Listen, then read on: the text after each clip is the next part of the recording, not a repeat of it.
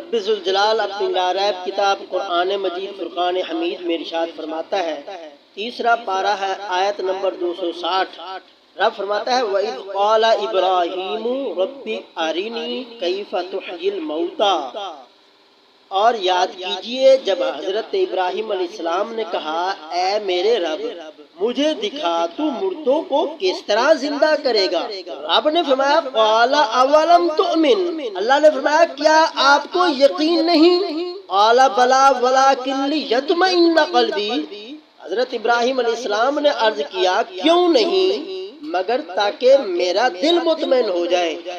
تو رب نے فرمایا قَالَ فَخُذْ أَرْبَعَةً مِّنَ الطَّيْرِ، رب نے فرمایا 4 پرندے لیں، فَصُرْهُنَّ إِلَيْكَ، اور ان کو خود سے مانوس کر لیں، یعنی پھر ان کو ذبح کر کے ثُمَّ اجْعَلْ عَلَىٰ كُلِّ جَبَلٍ مِّنْهُنَّ جُزْءًا، ان کے جسم کا ایک ایک ٹکڑا ہر پہاڑ پر رکھ دیجئے۔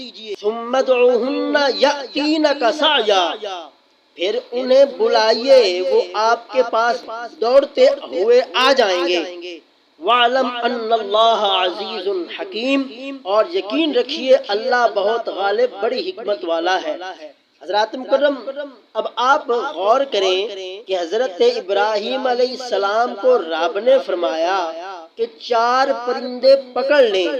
اب لوگ یہاں پر اعتراض کرتے ہیں نبی تو کچھ نہیں کر سکتا، نبی تو مکھی نہیں بنا سکتا، یہاں تو حضرت ابراہیم علیہ السلام 4 پرندوں کو آواز دے رہے ہیں، 4 پرندے اڑ جاتے ہیں۔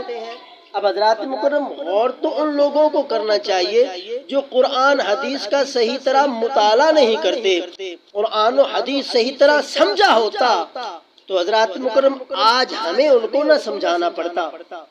یہ بس لوگوں کو کس طرح کی باتیں کرتے ہیں کہ نبی کچھ نہیں کر سکتے۔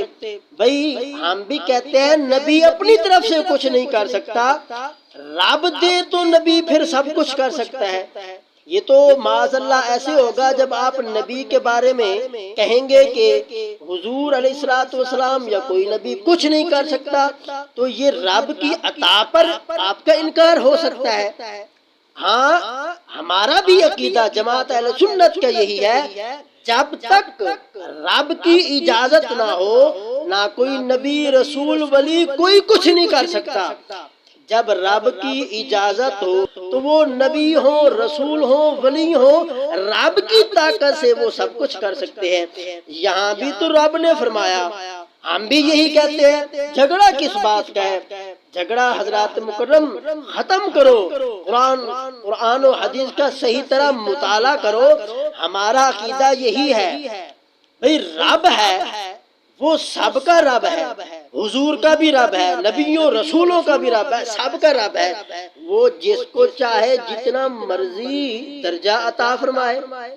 اللہ کے بعد درجہ ہمارے نبی حضرت محمد مصطفیٰ صلی اللہ علیہ وآلہ وسلم کا ہے۔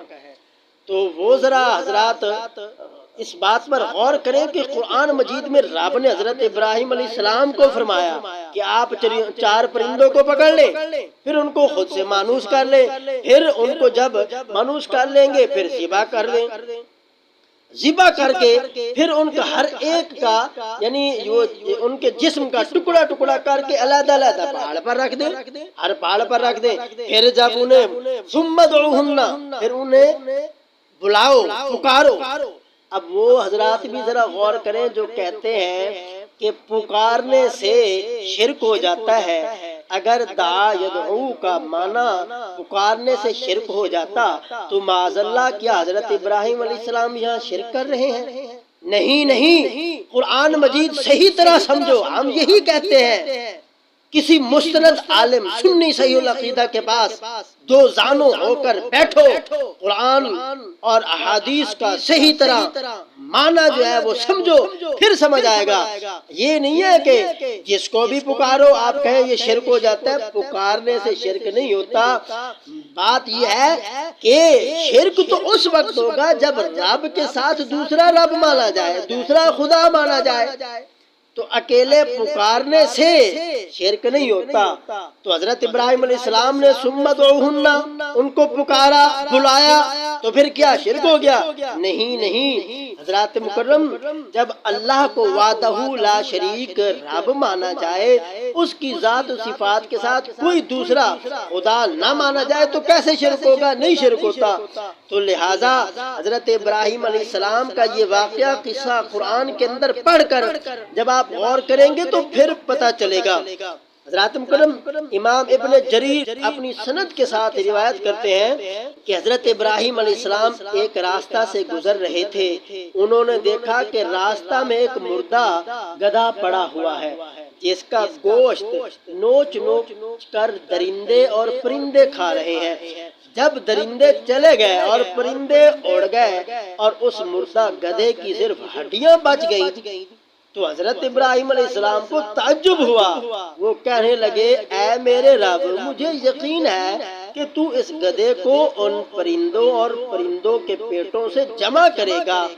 اے میرے رب، تو مجھے دکھا کہ تو مردوں کو کیسے زندہ کرے گا۔ اللہ تعالیٰ نے فرمایا، کیا آپ کو اس پر ایمان نہیں؟ عرض کیا، کیوں نہیں؟ لیکن خبر معائنہ کی طرح نہیں ہے۔